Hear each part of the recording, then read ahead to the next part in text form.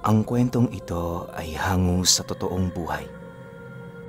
Karanasan ito ni Ingo. Taong 1992, Balete, Aklan.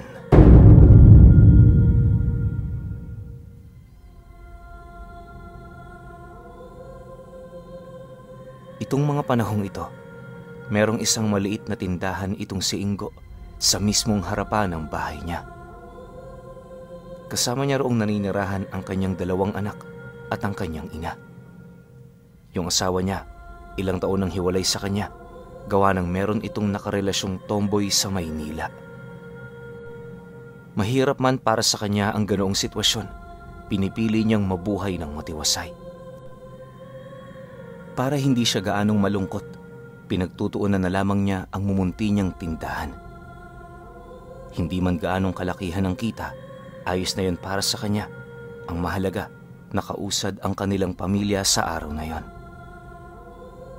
Ang tanging iniisip na lamang nila ay para sa susunod na mga araw.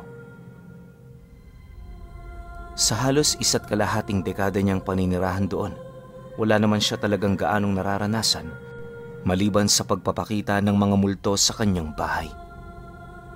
Aminado naman kasi siya noong merong ganoong nilalang sa kanila, lalo pat marami na din doong namatay. Ayon nga kay Ingo na paminsan-minsan may napapansin siyang mga aninong sumusunod sa kanya. May mga pagkakataon ding bigla-bigla na lamang nagsasara ang mga pinto at bintana, at ang mas nakakakilabot sa lahat ay yung mga kaluluwang may buradong pagmumuka na tumatagos sa mga dingding ng bahay niya. Noong una, siyempre natatakot siya, pero hindi naglaon, natutunan niya pa ring payapang makisama sa mga ito. Dagdag pa niya na, magmula noong hindi niya na yun pinapansin, unti-unti na rin yung nanahimik sa bahay niya. Ngunit ang ganoong estado noon ni Ingo sa kanila, bigla na lamang nagbago matapos na dumating ang albularyong pinatawag niya galing Samar. Naniniwala kasi siya noon, hindi basta-bastang nagloko sa kanya yung asawa niya, bagkus ay ginayuma ito ng bago nitong kinakasama, at ang tanging paraan para yon ay mabawi ay sa pamamagitan ng pagbibigay dito ng pangontra. Pagdating ng albularyo sa pamamahay niya, unang bumungad dito ay yung mga presensya ng mga kaluluwang halos masakop na ang kabuuan ng bahay niya. Bagaman mababait ang mga kaluluwang yon, mariin siya nitong inaabisuhan na iwasang makipag-usap ni makipaglapit sa mga ito. Nang akmang papasok na ang albularyo sa loob ng kanyang pamamahay, panay naman ang ginawa nitong pagpagpag ng kanyang damit na para bang meron yung iniaalis doon. Nang masipat naman ito ni Ingo, nagtanong naman siya roon ng, Manong, anong ginagawa niyo? Nang marinig naman yon ng albularyo, napasilay lang naman yun sa kanya habang dahan-dahang pumapasok sa loob ng sala. Sa pagdating nila sa lugar na yon, doon na sila nag-umpisang mag-usap ukol sa sitwasyon niya. Bale, ang pakay lang talaga noon ng albularyo kung bakit ito napabisita ay para lamang magbigay ng pangontra sa kanya. Makalipas pa ang ilang minutong kanilang pag-uusap, agad namang ibinigay ng albularyo ang pangontrang ginawa nito habang nagtatanong yun sa kanya ng,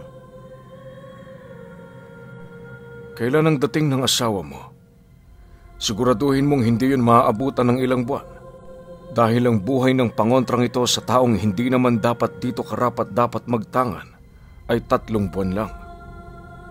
Kapag lumagpas dyan, mamamatay ito, at siyempre mawawalan ng bisa ang lahat ng pangontra at usal na nakapalibot dito.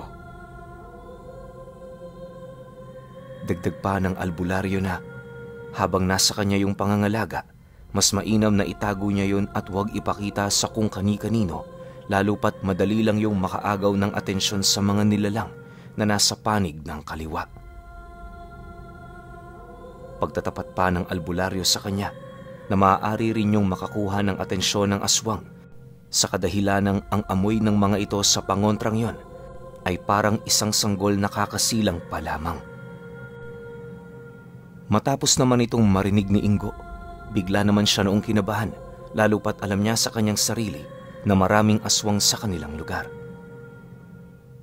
Bata pa lamang siya, putok na sa kanila ang tungkol sa mga ito, maging ang mga tao roong pinaghihinalaan na may mga lahing aswang. Sa pagpapatuloy ng kanilang pag-uusap, doon din na pag-alaman ni Ingo ang tungkol sa gayumang maaaring ibigay sa kanyang asawa. Ayon sa albularyo na, maaaring biktima yon ng gakot na gayuma, kaya napakadali na lamang para dito na limutin sila. Dagdag pa ng albularyo na, sino man ang may gawa ng bagay na yon, paniguradong malakas ang karga nito. Para sa mga hindi nakakaalam, ang gakot ay isang pamamaraan ng mga nanggagayuma kung saan ninanakaw nila ang panloob na saplot ng isang tao na gusto nilang mapasa kanila. Kapag nakuha na nila ang bagay na yon, itatali nila ito sa pundasyon ng kanilang kusina kung saan naaabot yon ng usok mula sa pinaglulutuan nila. Habang tumatagal ang bagay na yon sa lugar, aalayan nila yon ng napakaraming dasal hanggang sa dumating ang puntong mangitim na ito. At kapag nakumpleto na nila ang karampatang usal para sa 4 na Biyernes, doon na mag-uumpisa ang bisa nito sa taong kanilang tipo. Maniwala kayo o hindi, ang bisa ng gakot ay parang pag-aalipin sa tao. Yung tipong kahit gaano man kapangit ang nanggagayuma sa'yo, susunod ka sa nais nito. Wala ka rin pakialam sa kanilang mga ginagawa kahit umabot man yon sa harap-harapang panluloko. Ang mas nakakapangilabot pa sa lahat ay yung puntong lahat ng sinasabi sa iyo nito ay susundin mo. Iisang paraan lang din para mabasag ang ganoong bisa ng gayuma, at yon ay kailangang maialis sa pundasyon ng kusina ang pagmamay-ari mong ninakaw sa iyo. Kapag nagawa mo na ang bagay na yon, babalik ang dati mong pag-iisip at sa may gawa naman ng bagay na yon, re-rebuelta yon sa kanya sa pamamagitan ng isang walang lunas na karamdaman. Dedepende rin sa lakas ng gayuma ang mga taong magiging pahirap sa kanya. Nang marinig naman ni Ingo ang tungkol doon, kahit papaano, nagkaroon siya ng pag-asa sa sarili niya. Inaasahan niya kasing uuwi ang asawa niya pagkaraan ng 1 buwan. Matapos naman ang kanilang pag-uusap, agad namang tumayo sa kanyang harapan ng matanda habang nagwiwika sa kanya ng, "Huwag mong kalimutan ang mga paalala ko, lalo na yung merong kaugnayan sa mga aswang. Tandaan mo, nasa paligid lang sila, naghihintay ng pagkakataong may mabiktima." Kasabay ng pagwika ng matanda ay ang dali-dali naman itong pagpapaalam sa kanya. Bukod kasi sa meron pa yung pupuntahang pasyente sa kabilang barangay, may tatagpuin din yung isang manggagamot na palagi nitong pinaghihingian ng mga halamang panlunas. Sa pag-alis nito sa kanyang tahanan, dali-dali namang itinago ni Ingo ang pangontra sa gayuma. Pagkalagay niya nito sa pinakailalim ng mga damit niya, agad naman siyang tumungo sa kanyang tindahan para magbantay. 2 linggo pa noon ang lumipas, naging maayos naman ang lahat. Tuwing hapon binubuksan niya ang pinaglagyan niya ng pangontra para masiguro niyang naroon ito. Subalit habang patagal ng patagal na hawak niya ang bagay na yon, meron na siyang napapansing kakaiba tuwing nagbabantay siya sa tindahan nila. Isang hapon, habang nagsasara siya ng tindahan, bigla namang lumapit yung isa niyang kababaryo para bumili sa kanya ng sigarilyo. Pagkarinig naman niya sa sinabi nito, dali-dali naman siyang pumasok para bentahan ito. Subalit, nang akmang iaabot na niya ang 1 piraso ng sigarilyo, laking gulat na lamang niya nang masipat niya ang kaliwang kamay nitong nakapasok sa bulsa, nangingitim at merong napakaraming balahibo. Ang ipinagtataka niya pa noong mga oras na yon, buong buhay niyang pananatili sa kanilang lugar. Ni isang beses hindi niya pa yun nakitang nanigarilyo. Dahil sa kanyang mga nasilayan, pilit naman siyang umakto ng normal sa harapan nito. Maya-maya pa, pag-abot naman ng lalaki sa ibinibigay niya, ngumisi lang naman yon habang nagwiwika sa kanya ng, "Mga bago pa lang paninda mo rito, Ingo, ah. Hayaan mo, magmula ngayon, dito na ako bibili sa'yo." Matapos naman itong makapagsalita, dali-dali naman yung umalis. Si Ingo naman noon, naiwan sa loob ng kanyang tindahan, tulalang-tulala na para bang meron itong iniisip na malalim. Sa pagsapit ng gabi, habang nakatambay siya sa teresa ng ikalawang palapag ng bahay nila, panay naman ang ginagawa niyang pagmamasid sa paligid. Mula kasi sa lugar na yon, tanaw na tanaw ang liwasan ng lugar nila, maging yung mga tahanan ng kapitbahay niya. Kung hindi niyo kasi na itatanong, may kalawakan ang pamamahay ni Ingo. Sa ikalawang palapag nito, naroon ang kanyang silid, maging ang iilang kwarto ng kanyang mga anak. Wala ring mga entradang pinto ang silid nila sa ikalawang palapag, gawa ng kampante naman silang walang makakapasok doon dahil sa mataas ito at hindi yun basta-bastang maaakyat ng mga masasamang loob. Sa pagpapatuloy ng kanilang pagmamasid sa paligid, wala naman siyang ibang nasilayan sa lugar maliban sa mga taong naglalakad. Napansin niya ring napakatahimik noon sa kanila dahil sa wala noong mga lasinggerong nag-iinuman sa gilid ng kalsada. Subalit pagkaraan lamang ng ilang minuto, bigla namang nabaling ang kanyang atensyon sa dulong parte ng liwasan. Matapos niya roong makasilay ng isang taong bigla na lamang tumayo sa dingding nito at sa isang iglap, mabilis siyang nagpalit anyo bilang aso. Bale, nanatili pa yun roon ng ilang segundo hanggang sa walang kaabog-abog na lumusot sa pader na gawa sa purong semento. Matapos naman yung masilayan ni Ingo, agad naman siya noong napatayo para hanapin ito. Dahil sa bilis ng pangyayaring yon, inakala naman niyang pinaglalaruan lamang siya ng kanyang mga mata. Ilang beses niya ring pinagmasdan ang lugar na maaari nitong paglitawan, pero hindi niya na yon nakita pa. Dala ng pag-aalala noon ni Ingo, minabuti naman niyang pumasok sa kanyang silid para magpahinga.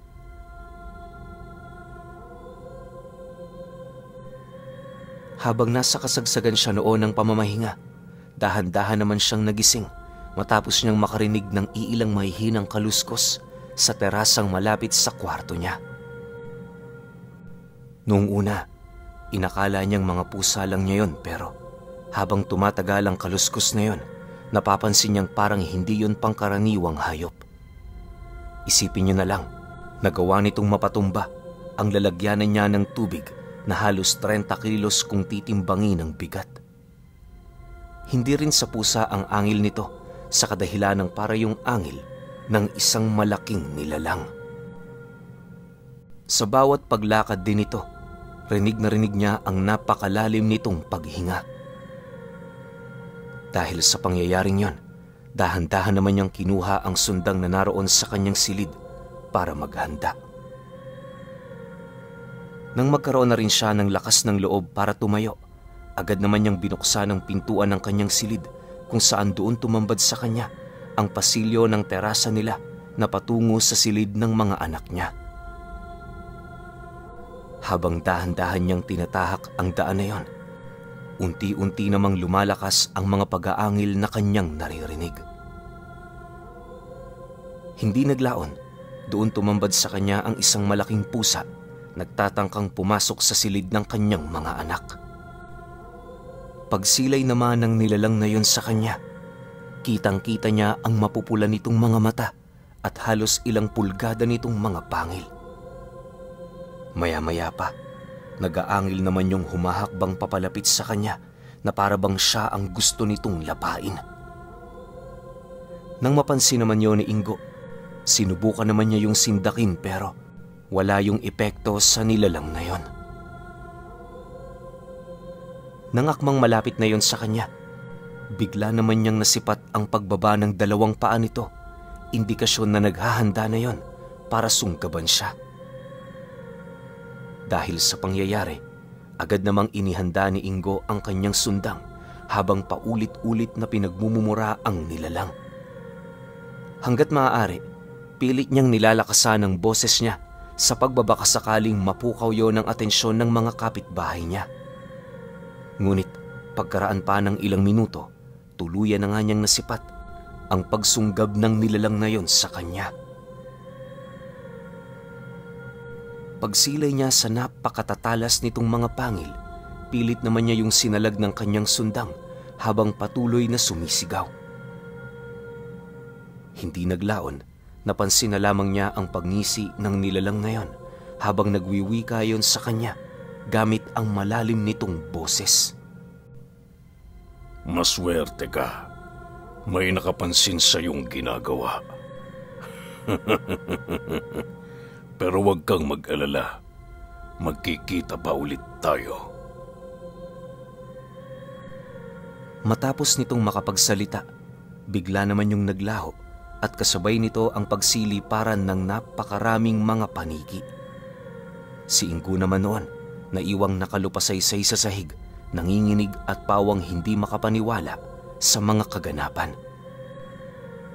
Maya-maya pa, doon na niya narinig sa ibaba ng bahay niya ang mga kapitbahay nilang nagtitipon-tipon.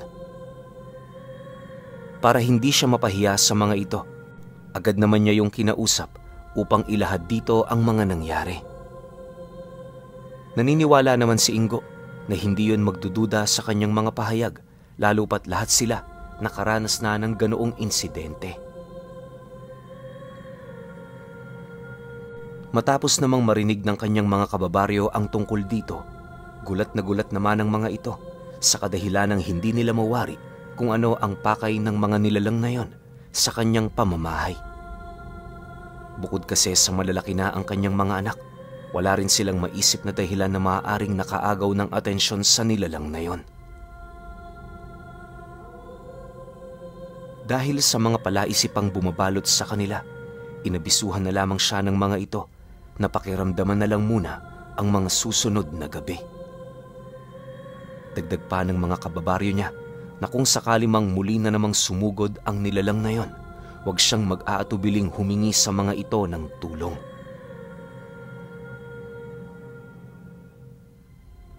Makalipas pa ang ilang minuto, paisa-isa na ring nagsialisan ang mga ito. Si Ingo naman noon, pinili ng umakyat sa kanyang silid para magpahinga. Habang nakahiga siya, doon niya napag-isip-isip na kinakailangan na niyang lagyan ng mga pinto ang kanilang mga silid. Napagtanto niya kasing mapanganib yun sa kanyang mga anak, lalo pat wala naman yung magagawa sa harapan ng ganoong uri ng nilalang. Sa pagsapit ng sumunod na araw, maaga pa siyang humanap ng karpintero para makapagpagawa na ng mga pintuan sa mga silid nila.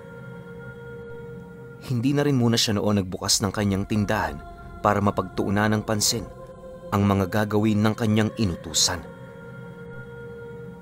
Habang nagpapanday sila noon, doon nila napag-usapan ang mga nangyari noong nagdaang gabi. Ayon sa mga ito, maaaring naligaw lamang ang nilalang na yon, kaya maaaring hindi na ito babalik pa. Dagdag pa nito na kung sakali mang bumalik ito sa kanilang tahanan, maghanda siya ng isang balding tubig na merong asin at dagta ng makabuhay. Naniniwala kasi ang mga ito na kapag sinabuyan niya ang nilalang ng ganoong tubig, paniguradong pangingilagan na nito ang kanyang tahanan. Nang marinig naman ni Ingo ang tungkol doon, minabuti niyang yon ay sundin sa paniniwalang babalik pa ang nilalang na yon. Para sa kanya, sapat na ang narinig niya sa bunganga nito para siya ay maghanda. Sa pagsapit ng sumunod na gabi, wala namang ibang ginawa noon si Ingo kundi ang makiramdam sa buong paligid. Hindi niya mawari noon pero pakiramdam niya merong tumitingin sa bahay niya. Pagtungtong noon ng 11:11 ng gabi, dahan-dahan ang nagbago ang ihip sa buong paligid. Kahit anong pilit din niya noong matulog, tila bang hindi siya nakakaramdam ng antok. Sa pagtunog ng orasan para sa pagsapit ng hating gabi, bigla naman siyang napaupo matapos niyang makarinig ng mga alulong ng napakaraming hayop. Sa puntong yon, hindi naman maiwasang kabahan ni Ingo, lalo pat alam niya sa kanyang sarili, tanging siya lamang ang maaasahan ng kanyang pamilya. Maya-maya pa, unti-unti na niyang naririnig ang pag-angil sa terasa ng bahay nila. Akala niya, hindi na yun makakapasok sa loob, pero bago pa man siya makapagbukas ng pinto ng kanyang silid, doon na siya nakalanghap ng isang makausog sikmurang amoy. Pagsilip niya sa siwang ng bintana, kitang-kita niya ang pagpasok ng itim na usok sa mismong loob ng silid na kinaroroonan niya. Hindi naglaon, unti-unting nabuo ang usok na yon bilang isang pusa na halos kasing laki na ng kambing. Dala ng takot ni Ingo, pinili naman niyang pagmasdan na muna ang nilalang hanggang sa masipat niya na ito na naghahalungkat ng kanyang mga gamit. Panay din ang pag-amoy nito sa buong paligid na para bang meron yung hinahanap. Maya-maya pa, narating na nito ang aparador na pinagtataguan niya ng pangontrang ibibigay niya sana sa kanyang asawa. Makalipas pa ang ilang minuto, pagsilay naman niyang humaba na ng husto ang dila nito, doon na siya naglakas ng loob na labanan ang nilalang na yon. Walang sabi-sabi, agad naman niyang binuksan ang pinto ng kanyang silid na siyang naging sanhi para muli na naman silang magkatitigan ng nilalang. Dahil dito, agad naman niya yung sinugod para pigilan ang binabalak nito. Habang nagbubuno silang dalawa sa loob ng kanyang silid, ramdam naman ni Ingo ang lakas ng nilalang na yon. Kahit medyo may kalakihan noon ang kanyang pangangatawan, aminado siyang hindi niya kayang makipagbuno rito. Bukod kasi sa napakadulas nitong katawan, paulit-ulit ring tumatatak sa kanyang balat ang mga matatalas nitong mga buhok. Labis ding iniiwasan noon ni Ingo ang mga pangil nito, lalo pat isang sakmal lamang sa kanya ng nilalang na yon, paniguradong may kalalagyan siya. Sa pagpapatuloy ng ganoong pangyayari, halos unti-unti nang naitutulak si Ingo ng nilalang. Maya-maya pa, paglayo niya rito ng bahagya, buong puwersa niya yung binato ng hawak niyang sundang at kasabay nito ang mabilis niyang pagtakbo patungo sa loob ng kanyang silid. Pagdating niya roon, dali-dali naman niyang kinuha ang baldeng naglalaman ng tubig na may dagta ng makabuhay at kasabay nito ang pagsaboy niya nito sa nilalang. Subalit, bago pa man yun lumapat sa katawan nito, nagawa na nitong makailag. Pagtakbo nito patungo sa pasilyo ng kanilang terasa, narinig na lamang niya ang pagkumpas ng malalapad nitong mga pakpak hanggang sa tuluyan na yung maglaho. Sa paglabas naman noon ni Ingo, wala na siyang nadatnan sa lugar na yon. Pagkaraan pa ng ilang minuto, agad naman niyang tiningnan ng pangontrang nakatago sa aparador kung saan doon niya napansin na punong-puno na pala ito ng laway ng nilalang na yon. Ngunit dahil sa hindi naman yon nakagatan o kung ano, minabuti na lamang niyang punasan ito. Lumipas pa ang mga linggo, bumalik na nga ang kanyang asawa sa pamamahay nila. Pagpasok nito sa kanyang tahanan, pasimple naman niya ritong ikinabit ang pangontra sa paniniwalang yon ang makapagbibigay ng lunas sa gayumang dinadala nito. Subalit, lumipas na lamang ang araw, hindi pa rin yun nagbabago. Dumating na lamang noon sa punto na muli na naman yung nagpaalam sa kanila na babalik na yon ng Maynila. Magmula noong umalis na ito, kailan may hindi na yun bumalik pa. Alam niyo, Pinuno, ilang beses nang pinagtangka ang ipapatay ni Ingo ang kinakasama nito, pero nanatili siyang bigo. Sinubukan niya rin kausapin ng albularyong gumawa ng pangontra na yon, pero hindi niya na yun mahagilap pa. Magpahanggang sa ngayon, naniniwala si Ingo na kaya yun nawala ng bisa ay dahil sa pangyayari na kinain ng aswang ang pangontra sa gayuma ng albularyo.